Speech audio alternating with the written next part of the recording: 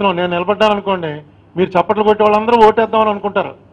ఆ రోజు వచ్చేటప్పటికి వీడికి ఓటేస్తే వాడు కానీ నెగ్గేస్తాడేమో, పాపం వీడు మంచిడే కానీ నేను అలా పక్కనెట్టి వీడికి ఓటేసి వాడిని ఓడించాలని ఆ నెగిటివ్ థింకింగ్ తోటి జాగ్రత్తగా రెండే కమ్మ రెడ్డి. ఇది ఇప్పుడు కాదు, 1946 ఎలక్షన్స్లో కూడా. ఎందుకంటే ఆ రెండు కూడా కాకతీయ సామ్రాజ్యం టైం నుంచి కూడా వాళ్ళు ఒకటే.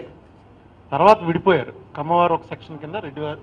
ఇది హిస్టరీ. ఇది వాళ్ళు ఎప్పుడు ఆ సామ్రాజ్యంలో, కాకతీయ సామ్రాజ్యంలో రాజులకి వాళ్ళకి దగ్గరగా ఉండి ఈ రాజ్యాధికారం ఎలా చేయాలి అన్న దాని మీద వాళ్ళకు పట్టుంది. ఆ పట్టును వాళ్ళు నిరూపించుకుంటూ వచ్చారు. కాకతీయ సామ్రాజ్య పతనం అయిపోయి ముస్లిం రాజులు వచ్చే టైంలో కమ్మవారని ఇప్పుడు పిలువబడుతున్నటువంటి వారు భూస్వాములుగా మారిపోయారు. రాజ్యాధికారం నుంచి అంటే రెవెన్యూ కలెక్షన్ చేయడానికి భూస్వాములుగా పంపిస్తూ, రెడ్లు మాత్రం రాజ్యాంగంలో మంచి పదవులు ఏముంటాయి ఆ పదవులు తీసుకున్నారు. ఇది నాకు ఎలా తెలిసిందంటే, కొత్త బాబాయ్ చౌదరి గారిని ఒక ఆయన కమ్మవారి చరిత్ర అని ఒక బుక్ రాశారు. చాలా 52లోనే 53లో వచ్చింది. అందులో ఆయన చాలా రీసెర్చ్ చేసి రాశారు. అందులో రాసిన దాంట్లో ఎప్పుడెప్పుడు ఏం విడిపోయి ఏవో కొంత వాటిలో తప్పులు అవి ఉండొచ్చు, అంతా 100% కరెక్ట్ అని చెప్పలేం, కానీ చరిత్ర క్రమంగా రాసుకుంటూ వచ్చారు. ఆ రోజు ఇప్పుడు మన అందరికీ ఒక అపోహ ఏంటంటే, ఎన్టీ రామారావు వచ్చిన తర్వాత కమ్మవాళ్ళకి రాజకీయ ప్రాబల్యం వచ్చిందండి.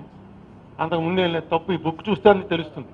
ఎప్పుడూ కూడా 50% ఆఫ్ ది టోటల్ ఎమ్మెల్యేస్ ఈ రెండు కమ్యూనిటీస్ కలిపితే ఉన్నారు. మిగతా కమ్యూనిటీస్లో మిగతా ఉన్నారు, కొంతమంది కాపులు ఉన్నారు, కొంతమంది బీసీలు ఉన్నారు. వాళ్ళు అక్కడక్కడ ఇప్పుడు మీరు వైజాగ్, విజయనగరం, శ్రీకాకుళం వైపు వెళ్తే అందరూ బీసీలే ఉంటారు. ఎందుకంటే అక్కడ ఉన్నవన్నీ బీసీ కులాలే అక్కడ వస్తాయి. ఏదైనా స్టేట్ అంతా స్ప్రెడ్ అయ్యి రాజ్యం చేస్తున్నటువంటివి మాత్రం ఈ రెండు కులాలు ఉన్నాయి, కమ్మ, రెడ్డి. ఈవేళ రాష్ట్ర విభజన తర్వాత పరిస్థితి ఎలా వచ్చినంత ముందు ఉన్నప్పటికీ ఒక్కొక్క పార్టీ, కాంగ్రెస్ పార్టీ అంటే రెడ్ల పార్టీరా, తెలుగుదేశం పార్టీ అంటే కమ్మ పార్టీరా అని అనుకునేవారు. కానీ పార్టీలు ఉన్నాయి. ఈవేళ పార్టీ కూడా ఏం లేదు. ఈవేళ రెండు కమ్యూనిటీస్, ఈ రెండు కమ్యూనిటీస్లోనే పరిపాలన. వీరు కాకపోతే వారు, వారు కాకపోతే వీరు. ఈ పరిస్థితి వచ్చేసింది. అది మీకు అందరికీ తెలుసు. ఎవరైతే మనకేంటి నష్టం? ఎవరో ఒకళ్ళు పరిపాలిస్తారు. డెమోక్రసీలో ఎవడైతే మనకేంటి నష్టం అని అనడానికే కొంచెం అప్పుడప్పుడు నాలాంటి వాడు అందాం అనుకున్నా కుదరదు పరిస్థితి. ఎందుకంటే లాస్ట్ టైం మీకు అందరికి గుర్తుంది, 9, 8 పద్మశ్రీలు ఇచ్చారు. అందులో 7 ఒకే క్యాస్ట్. 7 పద్మశ్రీలు ఒకే క్యాస్ట్. వాళ్ళు అనర్హులని అంటలా. అంటే ఏమి డివిజన్ చూడడం. ఇప్పుడు సుప్రీంకోర్టు జడ్జీలు చూడండి, ఏ క్యాస్ట్లో వారు ఉంటారు. హైకోర్టులో జడ్జీలు అయిన వాళ్ళు చూడండి, ఏ క్యాస్ట్లో వాళ్ళు ఉంటారు. ఈ సంవత్సరం ఐఏఎస్, ఐపీఎస్ వాళ్ళ లిస్ట్ చూడండి, ఏ క్యాస్ట్లో ఎక్కువ వచ్చాయి. అలాగే ఊర్లో డాక్టర్లు, ఊర్లో డబ్బున్న వాళ్ళు, ఊర్లో ఇంజనీర్లు, ఊర్లో డ్యామ్ కడుతున్న వాళ్ళు, కోటీశ్వరులు అయినటువంటి వాళ్ళలో ఏ క్యాస్ట్ వాళ్ళు ఉన్నారు. వీళ్ళంతా ఎలా పెరుగుతున్నారు అంటే డెఫినెట్గా రాజకీయ ప్రాబల్యం ఉండటం వల్ల పెరుగుతున్నారు. అందులో ఏమీ అనుమానం లేదు. రాజకీయ ప్రాబల్యం ఉంటూ ఏ స్థాయికి అయితే పెరిగారంటే, ఇక మిగతా క్యాస్ట్ల వాళ్ళు అక్కడ వచ్చి మొన్న ఎవడో వాట్సాప్లో ఒక ఆయన పంపాడు. అందులో పావురాన్ని ఒక దాన్ని వేటగాడు వాడు పెంచుతాడు. ఆ పావురాన్ని వల వేసినప్పుడు ఏంటంటే ఆ పావురం వదులుతాడు. ఆ పావురం ఎప్పుడైతే గింజలు తింటుందో పైన తిరుగుతున్న పెట్టలో పావురాలు అన్నీ చూసి వల కనబడదు ఇంకా. ఎందుకంటే ఒక పెట్ట తింటుందిగా ఆల్రెడీ, అన్నీ వచ్చి వాళ్తాయి. వాళ్ళనివన్నీ వలలో చిక్కుంటాయి. ఈ మొట్టమొదటి వీడు వదిలిన దాన్ని జాగ్రత్తగా తీసుకుని మళ్ళీ లోపల పెట్టుకుంటాడు. నెక్స్ట్ చోట మళ్ళీ వదులుతాడు అనమాట. ఇప్పుడు మిగతా కులాలకు సంబంధించినటువంటి లీడర్స్ అందరి పరిస్థితి అలా తయారైంది. అది ఆ లీడర్స్కి కూడా తెలీదు. అదేం వాళ్ళకి తెలిసి జరిగేది కాదు, వాళ్ళకు కూడా తెలీదు. నేను రికమెండేషన్ ఏం చేయక్కర్లేదు. పూర్వం 1952 వరకు బ్రిటిష్ టైంలోనే మనకి ఎలక్షన్లు ఉన్నాయి. 46 ఎలక్షన్లు జరిగాయి. అంత ముందు ఎలక్షన్లు జరిగాయి. కానీ అప్పుడు ఓటు ఎవరికి ఉండేది? ఓన్లీ డబ్బులు ఉన్న వాళ్ళకి ఒక స్టేటస్ పెట్టారు. ఇంత ఆస్తి ఉన్నవాడికే ఓటు, ఇంత ఎడ్యుకేషన్ ఉన్నవాడికి ఓటు. ఎడ్యుకేషన్ అనేటప్పటికి బ్రాహ్మణులు ఎక్కువ మంది వచ్చారు. ఈ బ్రాహ్మణులు ఎక్కువ మంది ఎమ్మెల్యేలు కానీ ఇంకోటి కానీ బ్రాహ్మణులు ఎక్కువ మంది రావడంతో బ్రాహ్మణ వ్యతిరేకత అనేది స్టార్ట్ అయింది. బ్రాహ్మణ వ్యతిరేకతలో మొట్టమొదటి వచ్చిన వాళ్ళు ఎవరంటే కమ్మ, రెడ్డి. వీళ్ళిద్దరూ కలిసి జస్టిస్ పార్టీలో జాయిన్ అయిపోయారు. జస్టిస్ పార్టీలో జాయిన్ అయిపోయి ఈ బ్రాహ్మణ ఆధిపత్యాన్ని కొట్టాలరా, దెబ్బ కొట్టాలరా అని అనుకుంటున్న సమయంలో గాంధీ గారి వల్ల, కాంగ్రెస్ పార్టీకి ఉన్న బలం వల్ల మొత్తం కాంగ్రెస్ పార్టీ తరఫున ఎక్కువ మంది బ్రాహ్మణులే గెలిచారు. జస్టిస్ పార్టీ ఓడిపోయింది. తర్వాత రెడ్లు ఏం చేశారంటే కాంగ్రెస్ పార్టీలో చేరిపోయారు. కమ్మవారు కమ్యూనిస్ట్ పార్టీలో చేరిపోయారు. కమ్యూనిస్ట్ పార్టీలో చేరిపోయి 1952లో మనం గనక ఉమ్మడి మద్రాసు రాష్ట్రం కాకపోతే ఆంధ్రాలో కమ్యూనిస్ట్ ప్రభుత్వం వచ్చి ఉండేది. మీరు ఒకసారి చూడండి బుక్లో కూడాను. కమ్యూనిస్టులు కాంగ్రెస్ వాళ్ళకన్నా ఎక్కువ సీట్లు నెగ్గారు. అయితే మనం మెడ్రాస్తో కలిసి ఉండటం వల్ల మెడ్రాస్లో కాంగ్రెస్ ఎక్కువ వచ్చింది కాబట్టి ఇక్కడ ఫస్ట్ కాంగ్రెస్ ప్రభుత్వం వచ్చింది. అప్పుడే గొడవ స్టార్ట్ అయింది. రాజాజీ గారిని ఆయన ఎమ్మెల్యే కాకపోయినా సీఎం చేయటం, ప్రకాశం పంతులను ఆయన కాన్స్టిట్యున్సీలోనే ఓడించేయటం, అక్కడి నుంచే గొడవ స్టార్ట్ అయ్యి ఆంధ్ర రాష్ట్రం మెడ్రాస్ నుంచి విడిపోతాం అనేటువంటి గొడవ స్టార్ట్ అయింది. అప్పటికే ఈ రెడ్డి కమ్మ గొడవ చాలా గట్టిగా ఉంది కానీ రెడ్లు ఎప్పుడైతే కాంగ్రెస్తో కలిసిపోయారో ఆటోమేటిక్గా కమ్మ సెకండ్ అయిపోయారు, రెడ్లు ఫస్ట్ అయిపోయారు. అయితే కమ్మవారిని ఏనాడు నిర్లక్ష్యం చేయలే. నేను అనుకోవటం కమ్మవారు లేనటువంటి మంత్రివర్గం అంటూ ఈ ఆంధ్రాలో 1953 నుంచి ఇప్పటి వరకు ఇదే అనుకుంటాను. ఏమండి, ఇదే ఫస్ట్ కదా. అది ఈయన మన మండలి వారికి ఎక్కువ బాగా తెలియాలి. ఇదే ఫస్ట్ అనుకుంటున్నాను నేను. ఎప్పుడు కూడా వారి ప్రాబల్యానికి, అంటే వారు ముఖ్యమంత్రి కాలేకపోయారు కానీ వారికి ఉన్నటువంటి రాజకీయ ప్రాబల్యాన్ని ఎవరో కూడా తగ్గించలేకపోయారు. పర్టికులర్గా కోస్తా జిల్లాలంటే ఈ నెల్లూరు దగ్గర నుంచి వెస్ట్ గోదావరి, ఈస్ట్ గోదావరి ఈ జిల్లాల వరకు పూర్తిగా కమ్మవారి జనసంఖ్య ఎంత ఉన్నప్పటికీ వారి ప్రాబల్యం, భూస్వాములుగా కానీ డబ్బులు ఉన్నవాళ్ళు కమ్యూనిస్ట్ పార్టీలో పనిచేసి వాళ్ళకి మంచి ప్రాబల్యం ఉంది. ఆ ప్రాబల్యంతో లాక్కుంటూ వచ్చారు. పూర్వం కొంచెం ముందుకెళ్తే ఏంటంటే ఏ క్యాస్ట్ అయినా ఎవడో పట్టించుకోగలరు. ఎందుకంటే అప్పుడు ఒక ప్రిన్సిపల్కి లోబడి పనిచేసేవారు. కమ్యూనిస్టులు కమ్యూనిస్ట్ ప్రిన్సిపల్కి లోబడి పనిచేసేవారు, కాంగ్రెస్ వారు కాంగ్రెస్ ప్రిన్సిపల్కి లోబడి పనిచేసేవారు. వాళ్ళు మనుషులు వాళ్ళ కులం అనేది చేసుకుందామా ఇది చేసుకుందామని మనసులో ఉందేమో తెలియదు కానీ బాహాటంగా బయటకు వచ్చి నా క్యాస్ట్ నేను ఎంకరేజ్ చేసుకుంటాను అన్నది మనం చూడం. ఆల్మోస్ట్ మొన్న మేమందరం బయటకు వచ్చే 2014 వరకు కూడా అంత అది లేదు. ఎందుకంటే నేనే దానికి ఉదాహరణ. నాకు 94లో అసెంబ్లీ టికెట్ ఇచ్చారు. ఎవరిని కాదని ఇచ్చారు? అక్కడ సిట్టింగ్ ఎమ్మెల్యే ఏసీవై రెడ్డి గారు అని చెప్పి ఆయన చైర్మన్ చేశాడు, ఎమ్మెల్యే చేశాడు. నాకన్నా చాలా బలమైనటువంటి క్యాండిడేట్. ఆయన్ని కాదని టికెట్ నాకు ఇచ్చారు. నేను బ్రాహ్మణ్ణి. ఒక బ్రాహ్మడికి ఒక రెడ్డి గారిని కాదని టికెట్ ఇవ్వడం అంటే కాంగ్రెస్ పార్టీలో అది చిన్న విషయం కాదు. కానీ మెయింటైన్ చేసేవారు. ఏ క్యాస్టులు అన్ని క్యాస్టులు మనం చేయాలి, ఎక్కడ ఎవరికి ఇవ్వచ్చు, ఇవన్నీ చూసి వాళ్ళు ఇచ్చారు. మళ్ళా నాకు 2004లో పార్లమెంట్ టికెట్ ఎవరిని కాదని ఇచ్చారు? అప్పటికే ఎంపీ చేసిన మా కాన్స్టిట్యున్సీలో చిట్టూరు రవీంద్ర గారిని, చాలా బాగా డబ్బులు ఉన్నవాడు, మంచి పేరుంది, ఎంపీ చేశాడు, ఎమ్మెల్యే చేశాడు. ఆయనకి ఇవ్వాల్సిన టికెట్ లాస్ట్ మినిట్లో మార్చి నాకు ఇచ్చారు. అంటే కాంగ్రెస్ పార్టీలో ఏవో ఒక రకంగా ఈ క్యాస్టులు వాటిని అందరినీ ఎలాగా కనిపెట్టుకుని ఉండాలి, ఎలా అందరూ ఎవడో మనకు వ్యతిరేకం అవ్వకుండా చూసుకోవాలనేది ఉండేది. ప్రాంతీయ పార్టీ తెలుగుదేశంలో అంత ఉండేది కాదు. ఎందుకంటే తెలుగుదేశంలో డైరెక్ట్గా ఇది ప్రాంతీయ పార్టీ కాబట్టి ఎవరికి వెళ్ళి కంప్లైంట్ చెప్పడం ఉండవు. ఇక్కడ డైరెక్ట్గానే కమ్మవారికి ఎక్కువ మేలు జరిగిందిరా అనేటువంటి ఒక భావన మిగతా కులాల్లో పట్టేలాగే వాళ్ళు ప్రవర్తించారు. అది అందరికీ తెలుసు. జనరల్గా అందరూ కాంగ్రెస్ అంటే రెడ్లుదిరా, ఇదంటే కమ్మదిరా అని అనుకోవటం, చిరంజీవి అంటే కాపులదిరా అని ఇవి అలా వచ్చేస్తాయి పబ్లిక్లో. అలాగే వచ్చేసింది. కానీ ఈవేళ ఈ బుక్ చూసిన తర్వాత రాజకీయం అనేది ప్యాషన్గా వచ్చిన వాళ్ళు, రాజకీయం అనేది ప్రొఫెషన్గా వచ్చిన వాళ్ళు వేరు, రాజకీయం అనేది ఒక ప్యాషన్గా వచ్చిన వాళ్ళు డెఫినెట్గా దీని మీద ఆలోచించవలసినటువంటి అవసరం ఉంది. నేను ఇంతకు ముందే కొమ్మినేని శ్రీనివాసరావు గారు బుక్ రాశారు.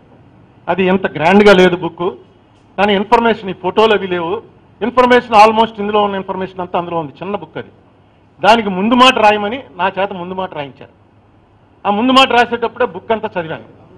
ఆయన ఎంత ప్రయత్నం చేశాడంటే నాకు ఓ రోజు సడన్గా ఫోన్ చేసి, ఏమంటే 1962లోనో ఎప్పుడో ఎవరో పేరు చదివాడు. పేరు చదివి ఈ పేరు గల ఆయన పామర్ నుంచి ఎమ్మెల్యే అయ్యాడు, ఆయన క్యాస్ట్ ఏంటో తెలుసుకుని చెప్తారా, నేను బుక్ రాస్తున్నాను అన్నాడు.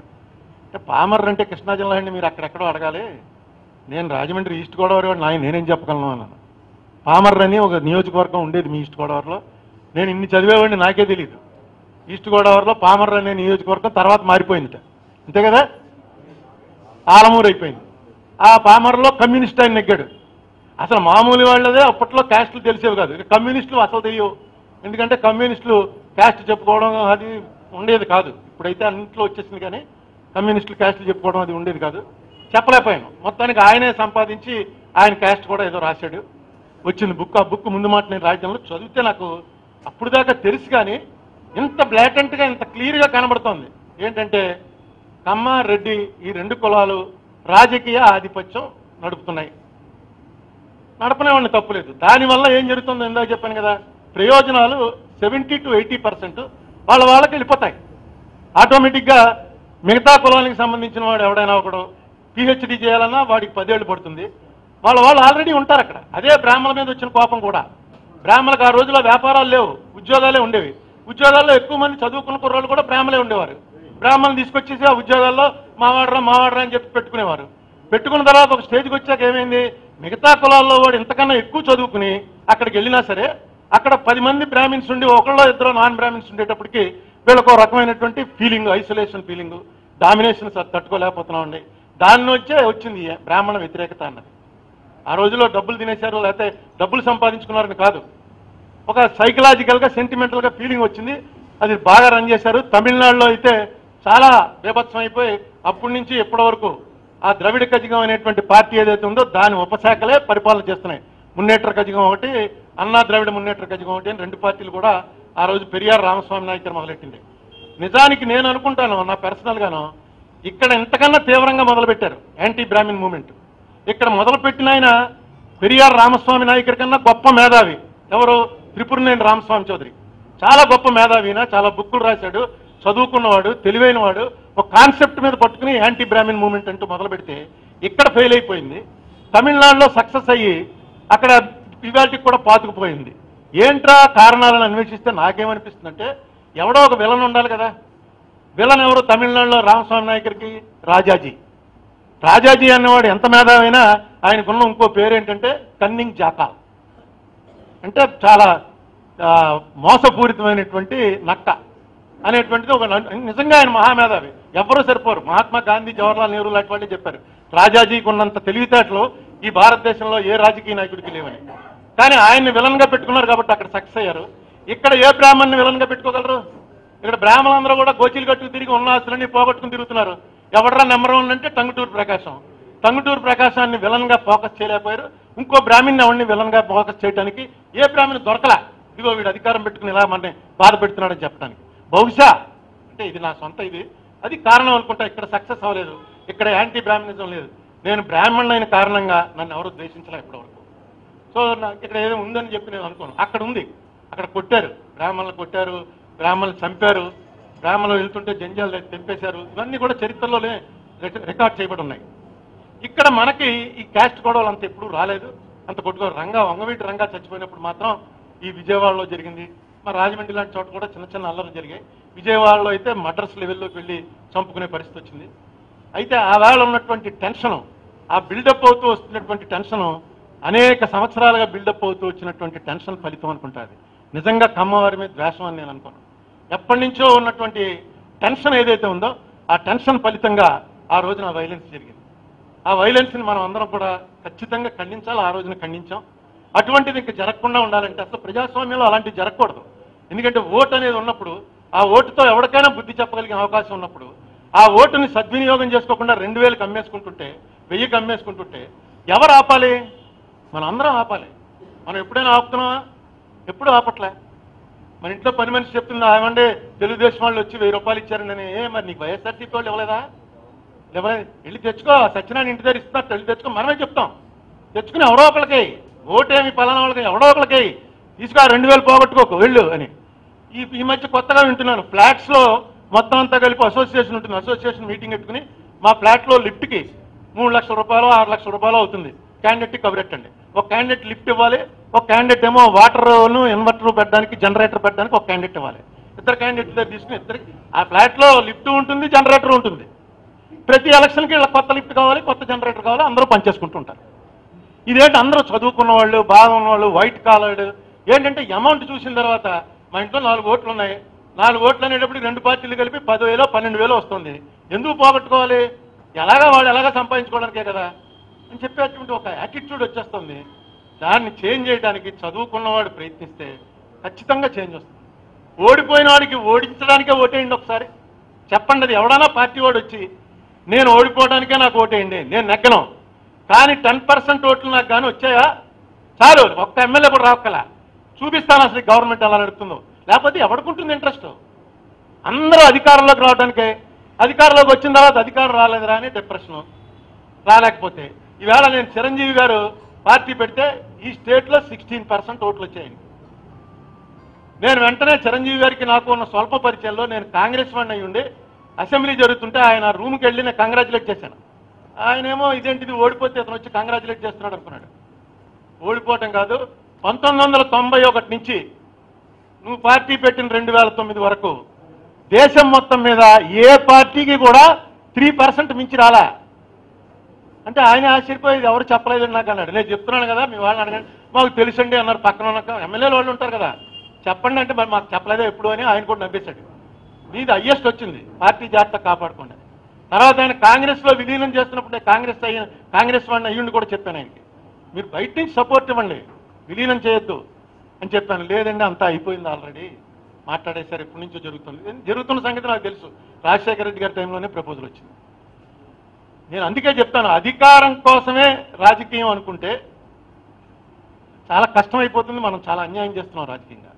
రెడ్లే ఉండనివ్వండి, కమ్మవారే ఉండనివ్వండి, వాళ్ళ పరిపాలన అనుభవం ఉంది, వాళ్ళ పరిపాలన తప్పేం లేదు. చెక్ లేదు, ఈవేళ చెక్ ఉందా అసలు చెప్పండి. ఇందాక మండలి వారు చెప్పారు, ఏం చెప్పారు, అసలు ఆర్థిక బిల్లు మీద అసెంబ్లీలో ప్రసక్తే ఉండదు. మీకు ఇంకా అసెంబ్లీ అలా ఉంది. పార్లమెంట్లో గిల్లిటన్ అంటారు. గిల్లిటన్ అంటే ఏంటంటే పూర్వం మరణశిక్ష విధించడానికి ఒక కత్తి ఏదో పెట్టి కొట్టేవారనమాట. అంటే పేక అయిపోతుంది, మొండెం అయిపోతుంది. గిలిటిన్ ఇష్యూ చేస్తారు. అంటే అర్థం ఏంటంటే ఆ సెషన్లో జరగవలసినటువంటి 40 బిల్లులు ఉన్నాయి. 40 బిల్లు ఆకన్నా పట్టుమని కొడతారనమాట. అయిపోయింది, పేక తగ్గిపోయింది. ఓటింగ్ లేదు, చర్చ లేదు, ఏమీ లేదు. మేము కూడా ఎంపీలు, ఎందుకంటే అక్కడ చర్చ ఎలాగే జరగదు, దెబ్బలాటే, రోజు వెళ్ళలోకి వెళ్ళిపోవటం, గొడవ చేసేయటం. ఈ పరిస్థితిలో రాజకీయాలు ఉన్నప్పుడు ఈ రాజకీయాలు ఇలా ఉండటానికి కారణం ఇక్కడ కూర్చున్న మనమే అని నేను గ్యారంటీగా నమ్ముతాను. ఎందుకంటే మనం ఏం పోస్టులు చేయి ఉండకపోవచ్చు, మనలో మాలాంటి వాళ్ళు ఏదైనా పోస్ట్ చేసినా పెద్ద ఏమి బ్రాండ్ వేసి అంత పోస్టులు ఏం చేయలేదు మేము. ఎందుకు మనమేమంటున్నానంటే మన బాధ్యత మనం నిర్వర్తించట్లేదు. మనం డెఫినెట్గా ప్రివిలేజ్డ్ క్లాస్. ఈ ప్రపంచం మొత్తం మీద 8% ఎవరంటే అంబానీ, ఆదానీ, మనం, బిల్ గేట్స్, మనం అందరం ఆ 8%లోకి వస్తాం. ఇంట్లో ఫ్రిడ్జ్ దగ్గరుండి ఫ్రిడ్జ్లో ఫుడ్ ఉన్నా, డిగ్రీ వరకు చదువుకునేటువంటి స్థాయి ఉన్నా, బ్యాంకులో అకౌంట్ ఉండి అందులో బ్యాలెన్స్ ఉన్నా, నీ మాతృభాష కాకుండా ఇంకొక భాష ఏదైనా తెలుసున్నా, ఇలా 8 పారామీటర్స్ ఇచ్చారు. ఈ 8 పారామీటర్స్ దాటిన వాడు ఎవడన్నా సరే రిచ్ 8%లోకి వచ్చేస్తాం. ప్రపంచం మొత్తం మీద ఉన్న 8% రిచెస్ట్ క్లాసులో వాళ్ళం మనం. అందరం తెలుగు కాకుండా ఇంకో లాంగ్వేజ్ మాడగలం. అందరికీ ఇంట్లో ఫుడ్ బాధ లేదు, జబ్బు వస్తే జ్వరం చేసి డైరెక్ట్ డాక్టర్ సరిగ్గా డబ్బులు ఉన్నాయి లేవు అన్న బాధ లేదు, కారో స్కూటరో ఉంది, బ్యాంకులో బ్యాలెన్స్ ఉంది. ఏనాడు కూడా మనం ఎటుపోతోంది అన్న దాని మీద దృష్టి పెట్టట్లే. ఎందుకంటే ఏదో నడుస్తుంది, బాగానే ఉంది, నడవని, ఏమైంది ఇప్పుడు ఏమైందిరా, మనకేమొచ్చింది, కష్టం ఏమొచ్చింది అని. కష్టం కాదు, ఇది పార్టిసిపేషన్. రూలింగ్ అంటే అర్థం ఏంటండి? రూలింగ్ అంటే అధికారంలోకి వచ్చిన వాడు మొత్తం తినేయడమే. మీకు వెటకారం కింద ఉండొచ్చు, ఇదేంటి వీడు వెటకారం ఆడుతున్నాడని. పాండవులు ఏమడిగారు కౌరవుల్ని? 5 ఊళ్ళు ఇవ్వండి అన్నాడు. ఎవడన్నా 5 ఎకరాల పొలం ఇవ్వండి అంటాడు, లేకపోతే బజార్లో షాప్ కట్టుకుని వ్యాపారం బతుకుతానంటాడు. 5 ఊళ్ళు ఇవ్వండి బతికేస్తామన్నారు. అంటే ప్రజల మీద బతికేయడం అనేదే పాలన. డెమోక్రసీకి దానికి ఉన్న తేడా ఏంటంటే, డెమోక్రసీ ప్రజల మీద బతికేయడానికి ప్రజలే పరిపాలించాలి, జనమే డిసైడ్ చేయాలి ఏం కావాలి మనకని. దానికోసమని డెమోక్రసీ అని పెట్టారు.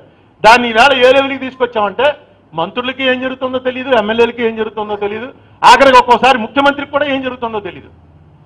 ఎందుకంటే జరిపించేవాడు ఎవడో జరిపిస్తూ ఉంటాడు, ఏదో అయిపోతూ ఉంటుంది. ఎక్కడ no participation, no debate, no discussion. పోనీ ఎవరైనా చదువుకునే వాళ్ళందరూ అక్కడికి వెళ్తున్నారా అంటే అందరూ గ్రాడ్యుయేట్స్, పోస్ట్ గ్రాడ్యుయేట్స్, పెద్ద వాళ్ళందరూ ఎమ్మెల్యేలు అవుతున్నారు, ఎంపీలు అవుతున్నారు. బయటకు వచ్చి మీడియాలో బ్రహ్మాండంగా మాట్లాడతారు. అసెంబ్లీలో ఎప్పుడు అసలు మాట్లాడే అవకాశమే రాదు. ఎందుకంటే వెంటనే గొడవ స్టార్ట్ అయిపోతుంది, పర్సనల్ గొడవలు. ఇష్యూ మీద గొడవ అసలు ఉండదు. ఇష్యూని ఎవడో పట్టించుకోవట్లేదు. ఎందుకంటే ఏదో జరుగుతుంది, జరగని బాగానే ఉంది కదా. చంద్రుడి మీద కూడా వెళ్ళిపోయాడు, చంద్రుడి మీద వెళ్ళి ఏదైనా నడుపుతున్నారు. ఇంకేం కావాలి? ఇప్పుడు నిన్న చూశాను, ఇవాళ వచ్చింది, అమెరికా అధ్యక్ష పదవికి మన వాడు ఎవడో ఇండియన్ వెళ్ళి పోటీ పడుతున్నట్ట. లండన్కి ఆల్రెడీ ఒకడు అయిపోయాడు. గూగుల్ మనవాడే, మైక్రోసాఫ్ట్ మనవాడే. మనవాడు లిస్ట్ పంపాడు వాట్సాప్లో. వరల్డ్ వైడ్గా ఉన్నటువంటి 25 ఆర్గనైజేషన్స్లో 15 ఆర్గనైజేషన్స్కి ఇండియన్సే హెడ్లు. అవన్నీ చదువుకుని హ్యాపీ, ఇంకేముంది, బ్రహ్మాండంగా ఉన్నారు. అందుకే బయటికి పోతున్నారు అందరం. ఇక్కడ వాడు శశి సునక్క, ఋషి సునక్క ఉన్నాడు. ఋషి సునక్కను వచ్చి ఇక్కడ ఎక్కడైనా ఒక వార్డు మెంబర్గా నెగ్గమనండి, వార్డు మెంబర్గా చూపిద్దాం అసలు రాజకీయం అంటే ఏంటను. వచ్చి రా నువ్వు ఒక వార్డు మెంబర్ నెగ్గని. వాడు ఏంటంటే అక్కడ అందరూ చదువుకున్నాడు కాబట్టి వాడికి మెజార్టీ లేకపోయినా తీసుకెళ్లి ప్రధానమంత్రిని చేశారు. అక్కడున్న క్రైసిస్లో వీడు తప్ప ఇంకెవడు చేయలేడరా అని చెప్పి వాడిని తీసుకెళ్లి, వాడికి మెజార్టీ లేకపోయినా ఉన్న ప్రధానమంత్రి రాజీనామా చేసి వాడిని పిలిచిపెట్టింది. నాకు అది చూడగానే ఒకటే ఆనందం ఏంటంటే, చరిత్రలో చదువుతుంటే మనం అట్లీ గారని అప్పుడు బ్రిటన్ ప్రధాని, భారతదేశానికి స్వాతంత్రం ఇచ్చేస్తున్నామని చెప్పాట. చర్చిల్ అనేవాడు ప్రతిపక్ష నాయకుడు, అంతకుముందు ప్రధానమంత్రి చేసినవాడు. చర్చిలు అన్నట్టు వెంటనే ఆ ఫైల్ అలా కొట్టి India will go to docs అని లేచి వెళ్ళిపోయాడు. అంటే ఆయనకి ఏమాత్రం ఇష్టం లేదు ఇవ్వటం. నాకు ఈ శశి సునాక్ అనేవాడు ప్రైమ్ మినిస్టర్ ఆఫ్ బ్రిటన్ అయ్యాడు అనగానే నాకు చర్చిల మాట జ్ఞాపకం వచ్చింది. India will go to docs అన్నాడు. ఆ ఇండియన్నే వెళ్ళి వాళ్ళకి ప్రధానమంత్రి అయ్యాడు. ఇంకా విచిత్రం ఏంటంటే అతని పేరు సునక్. డాక్స్ అన్నాడు, సునక్ అనే పేరు గలవాడే వెళ్ళి ఆ దేశానికే ప్రధానమంత్రి. అది కూడా ఏంటి తెచ్చి పెట్టుకున్నారు, నువ్వైతే కాపాడగలవేమో అని. ఉంది మనకేమి, మన కుర్రాళ్ళు కానీ మన నెక్స్ట్ జనరేషన్ ఆ పై జనరేషన్ వాళ్ళకి కానీ తెలివితేటల్లో ఏం తక్కువ లేదు. ప్రపంచం అంతా రూల్ చేస్తున్నారు. ప్రపంచంలో ఈవేళ ఇండియన్స్ పార్టిసిపేషన్ లేని దేశమే లేదు. ఇదే ఈ సాఫ్ట్వేర్ రెవల్యూషన్ ముందు ఇండియా అంటే బ్రెజిల్, మెక్సికో, రెడ్ ఇండియన్స్ అది అనుకునేవారు. ఈవేళ ఇండియా అనేది వరల్డ్ ఫేమస్ అయింది ఏ నాయకుడి వల్ల కాదు, మన కుర్రాళ్ళు వెళ్ళి వీళ్ళు చేసే హార్డ్ వర్క్. సాఫ్ట్వేర్ అనగానే ఇండియన్ జ్ఞాపకం వస్తాడు, ఇండియన్లో మళ్ళీ సౌత్ ఇండియన్ జ్ఞాపకం వస్తున్నాడు. ఎందుకంటే మనకి ఇక్కడ ఇంగ్లీష్ చదువుకున్న వాళ్ళు ఎక్కువ కాబట్టి. ఏమైనా చేయగలిగినటువంటి సత్తా ఉన్న మనుషులు ఎంతోమంది ఉండి కూడా మనకి ఏమీ చేయలేకపోవడానికి కారణం ఏంటంటే మనకి ఏమీ చేయటం ఇష్టం లేక. మాట్లాడితే ఎవరితో కోపం వస్తుందో, మాట్లాడితే ఎవరితో గొడవ వస్తుందో, ఎందుకు వచ్చింది పోనీ ఆ పద్ధతిలోంచి కనుక చదువుకున్న వాళ్ళు బయటకు వస్తే. ఇవాళ ఇది వచ్చింది ఏది సోషల్ మీడియా, ఎవడ మాట్లాడినా సరే పెట్టచ్చు. ఇంత పూర్వం అయితే ఎవడొస్తాడని నా మాట ఎవడంటాడని. ఇవాళ ఎవడ మాట వాడే పెట్టడం ఒకటి, బాగుంటే తెగ చూసేస్తున్నారు జనం. నేను కొంతమంది చూస్తుంటాను వాళ్ళ పేర్లు ఉండవు, ఎలా తెలుసుకోవాలో పేర్లు తెలియదు, బ్రహ్మాండంగా మాట్లాడేస్తుంటారు. వీడి పేరు ఏంటండి బాబు, ఈ కుర్రాడు ఎవడు ఎక్కడి నుంచి పెట్టాడు అంటే పేరు దొరకదు. ఎంతోమంది నా వరకు నేను అమ్మడ అంజనేయులు గారు వచ్చి ఎప్పుడు రాజమండ్రిలోనే పెడతాడట ప్రెస్ మీట్, ఇక్కడ వచ్చి పెట్టాడు. నేను వచ్చి విజయవాడలో ప్రెస్ మీట్ పిలిస్తే ఎవడొస్తాడండి? తర్వాత ఎవడు పిలుస్తాడు అసలు ప్రెస్ మీట్? నేను ఏ పార్టీలో లేను, ఏదైనా పార్టీ ఉంటే మా పార్టీ వాళ్ళని అడగచ్చు, రే ప్రెస్ మీట్ పిలవండి అని. ఎవడు పిలుస్తాడు అంటే ఆయన అన్నాడు నేను పిలుస్తాను రా అన్నాడు. మీరు ఎలా పిలుస్తారంటే ప్రెస్ మీట్ కాదు మీట్ ద ప్రెస్ అన్నాడు. పేరు వెనక్కి తిప్పాడు. మీట్ ద ప్రెస్ అంటే ప్రెస్ వాళ్ళే పిలుస్తారనమాట. ప్రెస్ వాళ్ళే పిలుస్తారంటే నేను అన్నాను ఎవడొస్తాడు సార్, కాంట్రవర్షియల్ నాకు అందుకని ఒక సెక్షన్ అంతా రారని. లేదు అందరూ వచ్చారు. ఎవరెవరైతే నన్ను విపరీతంగా యాజమాన్యం ద్వేషిస్తుందో ఆ యాజమాన్యం ద్వేషించేటువంటి వాళ్ళు వచ్చి ముందు నిలబడ్డారు. ఇక్కడ మొట్టమొదటి గొట్టం పెట్టారు, ఇదిగో మా దాంట్లో కావాలండి. ఎందుకంటే పాత్రికేయ వృత్తిలోకి రావడం కూడా ఈ వృత్తిలోకి రాజకీయంలోకి వచ్చినట్టే. ప్యాషన్ తోటే వస్తారు, అదొక ఇంట్రెస్ట్. అది పెద్ద పెద్ద వాళ్ళని కలవటం, పెద్ద పెద్ద రాజ్యాలు నడుపుతున్న వాళ్ళందరూ కూడా మా కంట్రోల్లో ఉంటారా అనేటువంటి ఒక ఫీలింగ్, ఆ ఫీలింగ్తో వచ్చినటువంటి వాళ్ళు. అన్ని రంగాల్లో కూడా ఈవేళ కరెక్ట్ పొజిషన్ ఉంది. ఈ బుక్ వచ్చిన తర్వాత దీంతో ఇది కొమ్మినేని శ్రీనివాసరావు బుక్కే అయితే ఆ బుక్ ఇంత పాపులర్ అవ్వలా, చిన్న బుక్. ఇది చాలా బాగా చేశారు ఈ బుక్.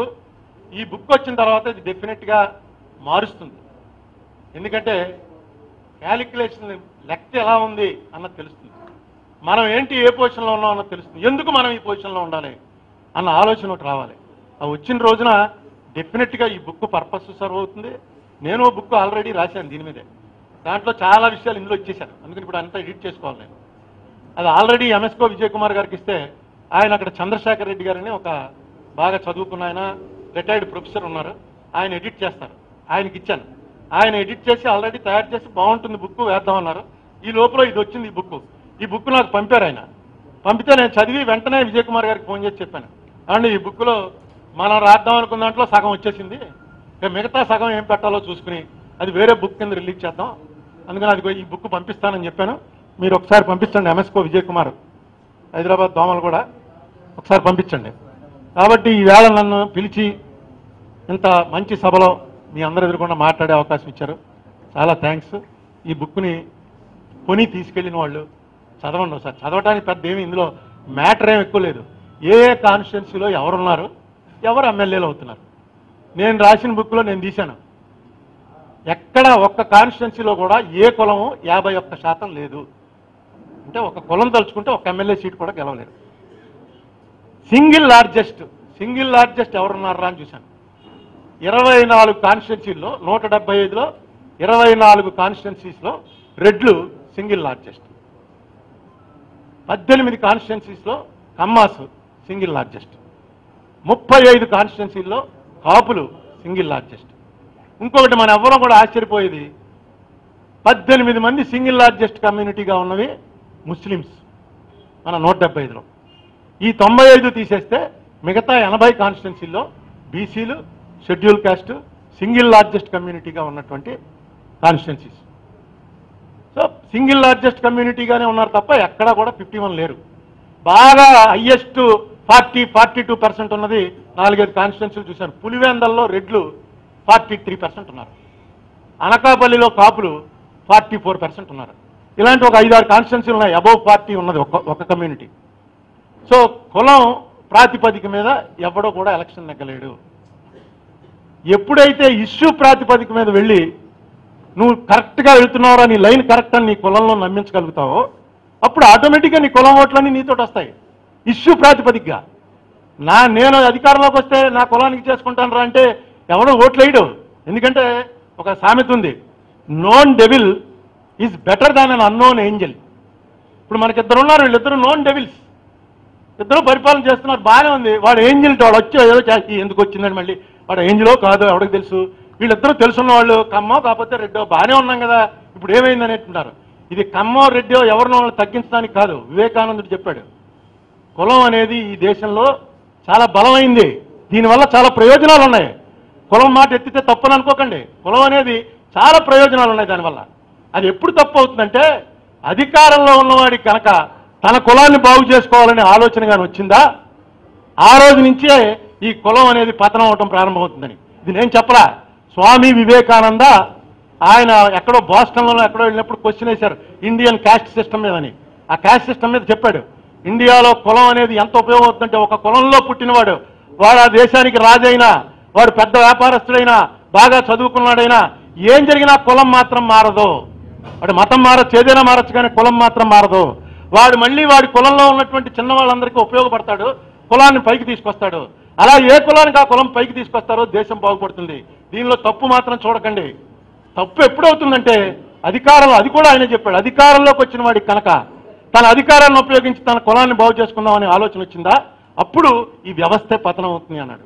ఈవేళ ఆ దిశలోకి వచ్చింది. కొంచెం అటెన్షన్గా ఉండి దీన్ని మార్పుగా ఏం చేయాలి. ఎందుకంటే ఈవేళ వచ్చి మీటింగ్లో ఎంతమంది కూర్చున్నారంటే మీకు ప్యాషన్ ఉంది కాబట్టి వచ్చారు. మీకు పొలిటికల్ ప్యాషన్, మీరు ఎప్పుడు ఏ పదవి చేసి ఉండకపోవచ్చు, అయినా ఎందుకు వచ్చారంటే ఏంటి ఏం మాట్లాడి అసలు ఏం జరుగుతుంది, కులాల మీద డైరెక్ట్గా ఇస్తాడు, కులాల మీద బుక్లో వేయడం అంటే కొంచెం మనం ఏదో భయపడతాం, కులం పేరు ఎత్తకూడదేమో, కులం పేరు ఎత్తే ప్రమాదమేమో అని. ఏం ప్రమాదం లేదు, మనకి రిజర్వేషన్లు ఇస్తున్నామని కులాల ప్రాతిపదికనే ఇస్తున్నారు. కులం చెప్పకపోతే అసలు నడిచే సమస్య లేదు. బీసీ అంటే మళ్ళీ అందులో కేటగిరీ ఏ కులానికి సంబంధించిన కేటగిరీ అని.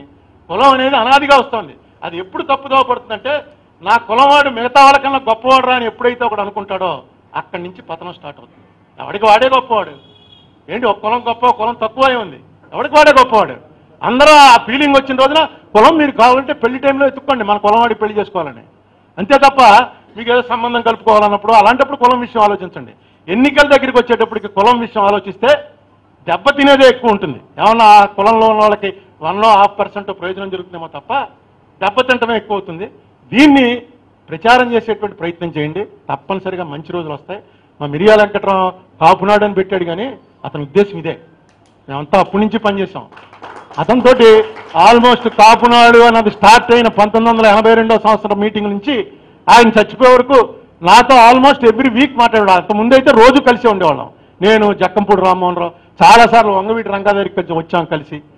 అతనికి ఏంటంటే మూమెంటు ఆల్టర్నేటివ్ తయారవ్వాలి, థర్డ్ ఆల్టర్నేటివ్, పవర్లోకి రావాలని కాదు, ఒక థర్డ్ ఆల్టర్నేటివ్ అనేది కనుక తయారవ్వకపోతే చెక్ చేసేవాడు ఉన్నాడు. పూర్వం కమ్యూనిస్టులు ఉండేవారు, వాళ్ళు ఏదో ఒకటి గొడవ చేసేవారు, అసెంబ్లీలో అడిగేవారు, నిలబెట్టేవారు, అధికార పార్టీని నిలబెట్టేవారు. ఇప్పుడు ఏమి జరగట్లే అసలు. 2 పార్టీలు ఉంటాయి, 2 పార్టీలు కొట్టు చూస్తుంటాయి. ఇటే వాళ్ళు అటు వస్తారు, అటే వాళ్ళు ఇటు వస్తారు. ఆ సిస్టమ్ మారాలంటే మిగతా వాళ్ళలో అవేకనింగ్ రావాలి. ఈ బుక్ ద్వారా వస్తుందని నమ్ముతున్నా.